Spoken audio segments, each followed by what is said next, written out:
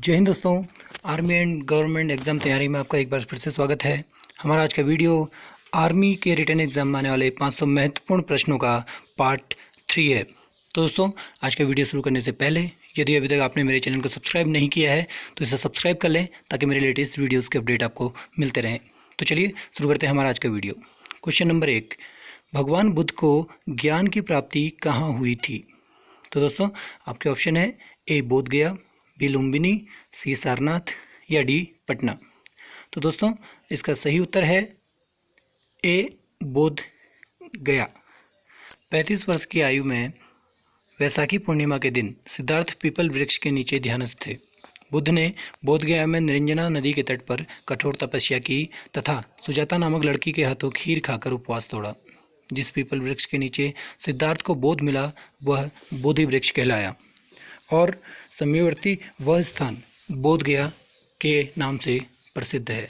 चलिए चलते हैं क्वेश्चन नंबर 2 की ओर। क्वेश्चन नंबर 2, आर्य समाज की स्थापना किसने की थी?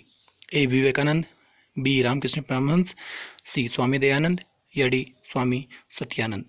तो दोस्तों, इसका सही उत्तर है सी स्वामी दयानंद। दोस्तों, आर्य समाज एक हिंदू सुधार आंदोलन है।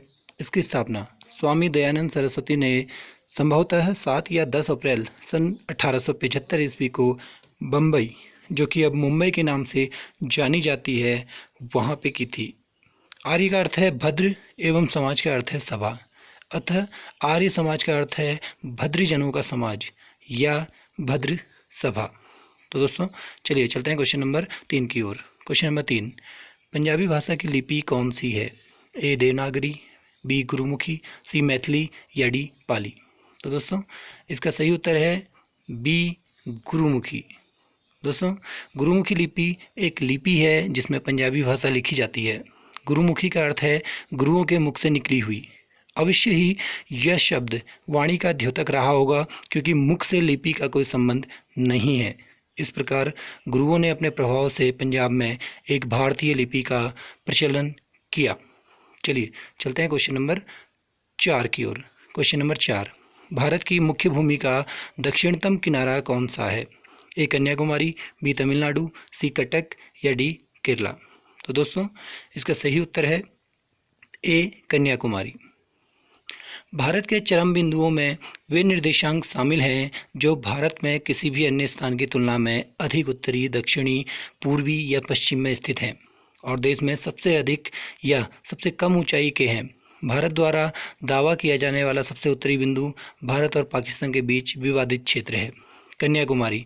केप कोमोरिन मुख्य भूमि भारत के सबसे दक्षिण में स्थित के अपवाद के साथ अन्य सभी चरम स्थान निर्जन हैं, लेकिन कुछ लोग इंदिरा बिंदु को अंतिम छोर मानते हैं। हालांकि यह विचार ना तो सही है और ना ही गलत। तो दोस्तों, चलिए चलते हैं क्वेश्चन नंबर 5 की ओर। क्वेश्चन नंबर 5, भारत में सबसे पहले सूर्य किस राज्य से निकलता है? ए असम, बी मेघालय, सी मिजोरम या डी अरुणाचल प्रदेश। तो दोस्तों, इसका सही उत्तर है डी अरुणाचल प्रदेश।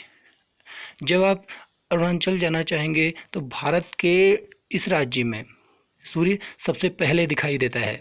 तो आपको बता दें, उस जगह का नाम डोंग वैली या देवांग घाटी है, जहां इंडिया के समय अनुसार 2 घंटे पहले ही सूर्योदय हो जाता है। मतलब इस जगह पर सुबह 4 बजे ही सूर्य निकल जाता है। यह जगह भारत, चाइना और म्यांमार के बॉर्डर पर स्थित है। इसके साथ यह जगह लोहित जिले के मैकमोहन लाइन के बहुत करीब है। यह घाटी समुद्र तल से 2655 मीटर की ऊंचाई पर स्थित है। इस घाटी में सूर्य की पहली किरण को देखने के लिए बहुत सारे पर्यटक आते हैं। सबसे खास बात यह है कि जब दिल्ली में शाम के 4 बजे होते हैं तब अरुणाचल की देवांग घाटी में रात हो जाती है। इससे आप अंदाज़ा लगा सकते हैं कि इस जगह में दिन रात का चक्र भारत के बाकी हिस्सों से कितना अलग है।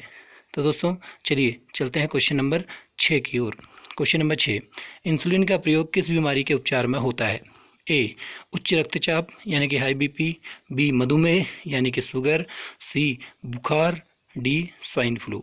तो दोस्तों, इसका सही उत्तर है बी मधुमेह। दोस्तों, इंसुलिन एक प्रकार का हार्मोन है जिसका निर्माण अग्नाशय में होता है। हमारा अमाशय कार्बोहाइड्रेट्स को रक्त शर्करा में परिवर्तित करता है। इंसुलिन के माध्यम से यह रक्त शर्करा ऊर्जा में परिवर्तित हो जाती है। यदि पैनक्रियाज इंसुलिन बनाना बंद कर दे तो ब्लड ग्लूकोज ऊर्जा में परिवर्तित नहीं होगी। तो चलिए चलते हैं क्वेश्चन नंबर 7 की ओर। क्वेश्चन नंबर 7, बिहू किस राज्य का प्रसिद्ध त्यौहार है? ए मणिपुर, बी नागालैंड, सी असम या डी केरला। तो दोस्तों इसका सही उत्तर है सी असम। रोंगाली बिहू या बोहाग बिहू असम का एक महत्वपूर्ण त्यौहार है। असम में रोंगाली बिहू बहुत सारी परंपराओं से ली जाती है, जैसे कि बर्मी, चीन, ऑस्ट्रो एशियाटिक, हिंद आर्यन और बड़े ही उत्साह के साथ मनाया जाता है। यह त्यौहार अप्रैल के मध्य में शुरू होता है और आमतौर पर 1 महीने के लिए जारी रहता है।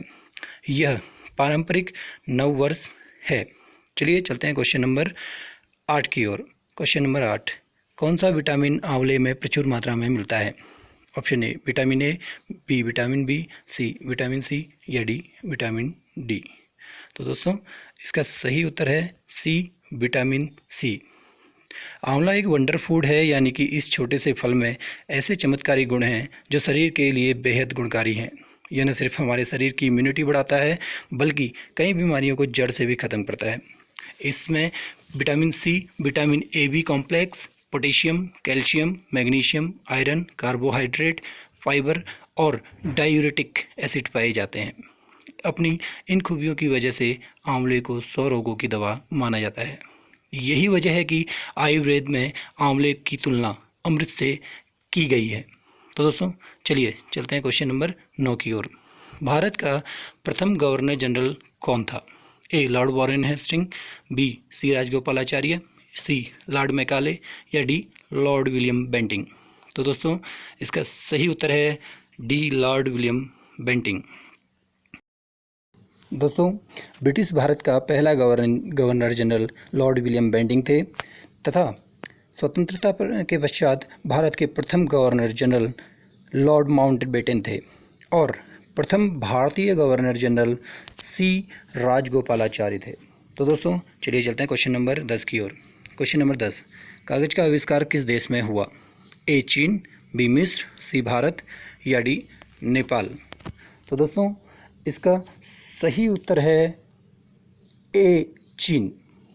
दोस्तों सबसे पहले करीब 3500 BC में मिस्र में कागज़ को बनाने के लिए पेपिरस नाम के पौधे का इस्तेमाल किया जाता था, जो नील नदी के पास उगता है। इस पौधे का मिश्रण बना के इस मिश्रण को कागज़ के पन्ने की तरह इस्तेमाल करते थे। इस पर लिखने के लिए एक लकड़ी से बना हुआ पेन प्रयोग किया जाता था। इसी पौधे के नाम पर इसका नाम पेपर रखा गया।